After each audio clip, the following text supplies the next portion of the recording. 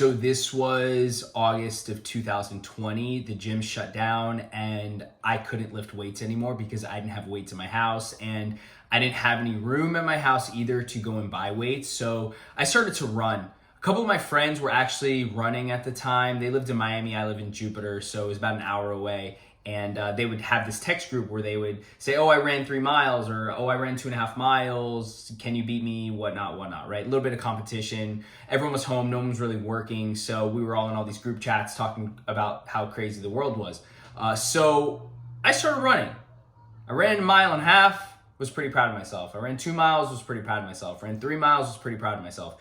And I didn't really enjoy it. It wasn't something that I was looking forward to while I was doing it. I was hating it. So if you are thinking about doing an Ironman and you hate running, so did I, okay? And to this day, I don't really like running. I run 3 days a week. I'm training for my 4th Ironman right now. I've done Ironman Tulsa, I've done Ironman Cozumel, I've done Ironman Barcelona, and I'm about to do Ironman Cozumel again. I finished 2 out of the 3, finished my first, finished my second in under 14 hours. And then my 3rd Ironman Barcelona, unfortunately I had a mechanical error issue challenge and I was unable to finish the bike portion, which was very unfortunate because Barcelona is extremely far from Florida. So it was a very far trip. There was a lot of logistics involved and it was expensive. But my girlfriend Courtney and I made a really good trip out of it. So it was worth it. I wish I would have finished. I wish I would have got the medal, but that's besides the point. The point is this. So I started running and it was starting to get more fun. It was starting to get more fun. It was challenging. Listen, if you're competitive, obviously you're competitive if you're thinking about doing an Ironman. If you're competitive, then this is definitely the sport for you.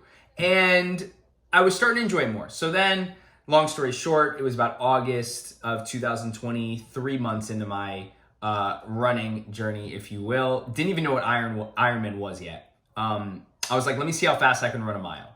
And I ran a mile in 6 minutes flat. I was like, all right, that's not elite, but that's better than most people. But look, we're savages. We don't compare ourselves to most people. We don't compare ourselves to the average person, right? We compare ourselves to the best version of who we can be.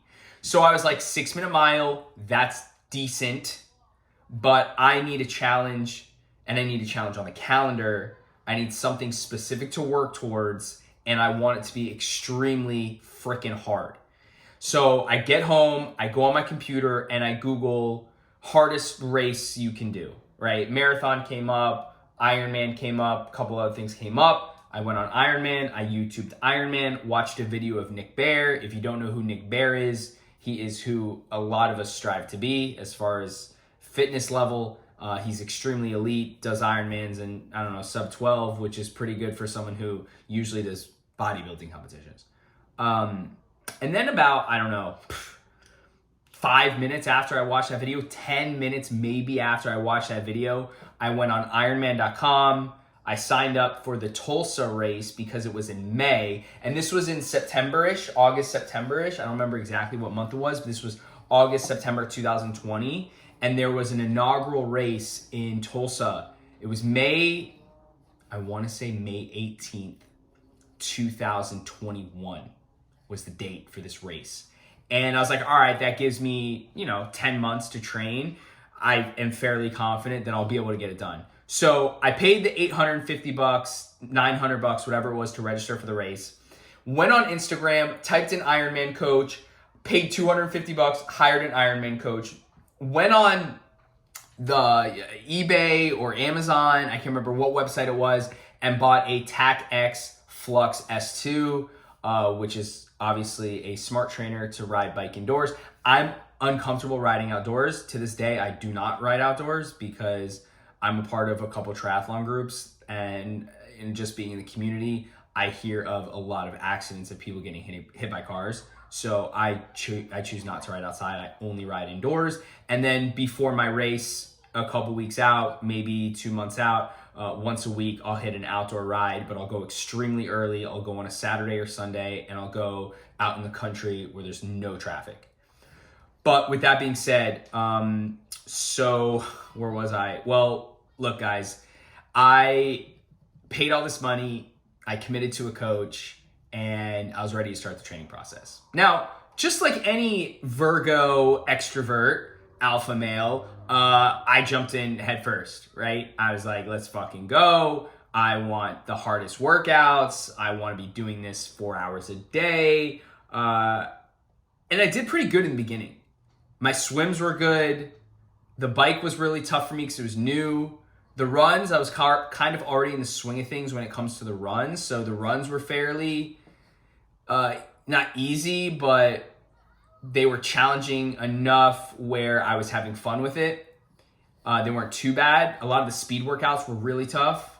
Holding, zone 4 pace for, 2-3 minutes in the beginning was really tough for me. And guys, I am not an elite level Ironman. I'm in the bottom 10% of every single race that I show up to.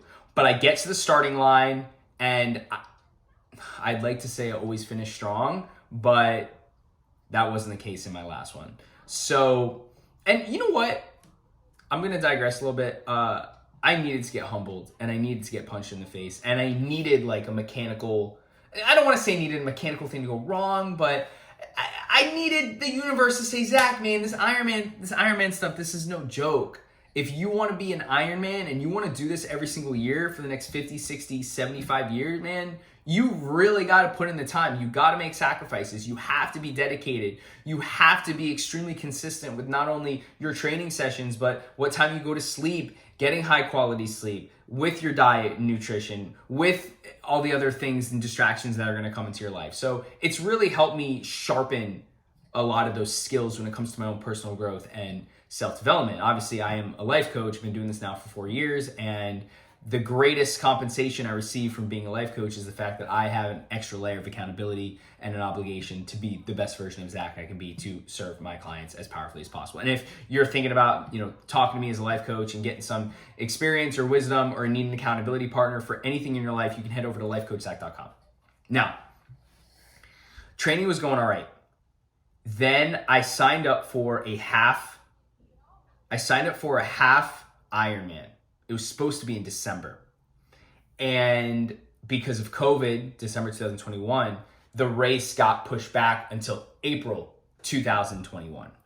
So that was kind of disheartening, and that was kind of tough because I wanted to go into the half Ironman about, 5 months, 6 months before my full, get my feet wet a little bit, understand, because there's a lot of logistics that go into this. T1, T2, bike drop off, orientation, there's a lot of stuff that goes on, and getting your feet wet it is, I think, beneficial before you go for the full Ironman. So that got pushed back, and then I was like, you know what, against my coach's advice, I decided to sign up for a full marathon. I've never ran a full marathon. I've never ran more than like 12 miles at this point. So I signed up for a full marathon. It was the Fort Lauderdale Publix A1A Marathon, February 8th, 2021. This is 2 months before my first half Ironman. And probably, I guess, 6 months into training for Ironman. And my goal was to run a sub 4-hour marathon, which is pretty freaking good. If you can run 26 miles in an under 9 minute per mile pace, I think that's pretty elite.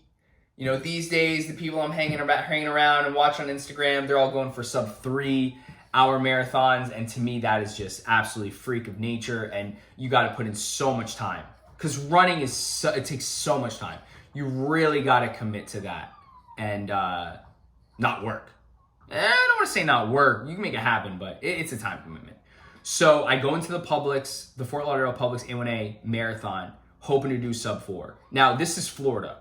Yes, it was in February, but it was humid as heck. It was hot as heck. It was really bad conditions. And for me, my legs are fine. My cardio is fine. My lungs are fine. What hurts me the most is I get extremely dehydrated and I get massive headaches and sometimes blurry vision. So Pedialyte has been a godsend to me. But, I use a couple other supplements like Element, and I use Goo Gels, and I use Salt Sticks. I'm not going to link any of them in the bottom of the description or whatever, but You can figure out what works best for you. I recommend things that don't have caffeine, don't have sugar. But what works best for you might not work best for me, and vice versa, right? So I go into the Publix full marathon hoping to go sub 4. And I started out strong. I didn't really have a lot of expectations to run sub 4 because I didn't have a lot of good runs going into this race. But then I got to mile 16 and I was holding like an 8:50 pace. Got to mile 19, mile 20, I was holding a 9-minute pace. And then once I got to mile 21, 22, I gave it everything I had. That was, not to this day, but that was at that point the hardest day of my entire life, running a sub 4-hour marathon. I was miserable for the next like 3 days. My blisters were out of control. I had a headache for like 2-3 days. I was extremely cranky. And the last 4 or 5 miles was really, really tough. So then after the marathon, I had a lot of confidence going into the half Ironman. So the half Ironman got rescheduled to April, 1 month before the full Ironman. So I show up to the half Ironman with my girlfriend Courtney, and there was literally like 2,500 people there, and they all have $500 helmets and $10,000 bikes, and they have tri-suits and all these things. And I'm literally showing up in like a Nike shirt. I had bike shorts on, but an old bike. That was the moment when I showed up to half Ironman. That was the moment I realized that this Ironman stuff is no joke. And these people that do these Ironmans take it extremely seriously. So I ended up doing half Ironman in around 10 hours. It was a very, very tough day. I not almost quit, but I walked the last 6 miles. And when I was done with the half Ironman, I was like, there's no way I'm doing a full. There's no way. My confidence was shot. I just got punched in the face. And the half Ironman was so freaking tough. It was so freaking tough. I mean, I knew nothing about Ironman. I literally knew so little about Ironman and the rules that I had my cell phone on my handlebars and I was FaceTiming my girlfriend while I was riding on my bike. So I could have easily got DQ'd. I didn't know any of the rules. So that's how fresh I was. That's how green I was. That's how new I was to the sport. That I literally had my phone on my handlebars FaceTiming my girlfriend during the bike. Looking back on it, I'm like, that's too funny. So finished that barely by the skin of my teeth, and then had very little confidence going into Ironman Tulsa in May. And it's about a week, maybe 9 days before I was leaving for Tulsa, I had my last bike ride that day. It was like Saturday. And I forgot what happened, but I had to kind of go off on the grass because there was something in the road or something. And my front tire goes up underneath me and I slip, obviously lose my grip, fall off my bike. Like literally my Apple Watch completely shatters, bleeding down my arm, my leg hurts, my wrist is killing me. And this is a week before Ironman Tulsa. And so I call my girlfriend, I call my mom, I call my coach, I call my mentor. And I was like, hey, my wrist it was my wrist that hurt the most. I was like, hey, my wrist really, really hurts. What should I do? My coach was like, yo, just defer it. You don't want to go in there injured and make it worse. The doctor, because I got an x-ray, doctor was like, your wrist is broken, right? And I think my wrist was broken before that from a different injury. And it now showed up on the x-ray, and I didn't get an x-ray last time. But my wrist was fractured. It was broken. So my wrist was in incredible pain. My mom was like, don't do it. It's not worth it. My mentor was like, I don't think you should do it. But the entire time, there wasn't a doubt in my mind that I was not gonna do it. I was doing Ironman Tulsa. It didn't matter what anybody said. And I'll tell you why I was so committed to doing it regardless of what everyone else around me was saying. And these are people's opinions that I do value. I value my mom's opinion, I value my coach's opinion, I value my mentor's opinion. But I made the decision for one reason. and one reason only. And I made this decision because life is short and you never know when your ticket is going to be called. And it was in that moment that I knew that this could be the one and only chance I have to become an Ironman. And I was not going to let just a broken wrist stop me from at least trying. So I went to Tulsa. I did the race. I was so freaking nervous. My gosh, I was so nervous the night before. I was like so nervous the night before, but the morning of, I was so nervous. Oh my God, I remember. I was like cooking myself breakfast. I made like toast with almond butter, a banana, ate like 3 pieces of bread. I showed up to the start line, and the swim, the lake was gross. Got out of the water in like an hour and I think 20 minutes, decent swim. Finished the bike in like 7 hours, maybe 7:15, 7:30, slow bike. And then mile 8 on the run, no, it was like mile 4 on the run. I was like, oh my God, I'm gonna finish. I'm gonna become an Ironman. It's only 4 o'clock. I got 7 hours to run a marathon. I'm gonna do this. And then about mile 12, I not tore my groin, my psoas muscle, my hip area, but I was struggling and I was having to limp for like 8 miles.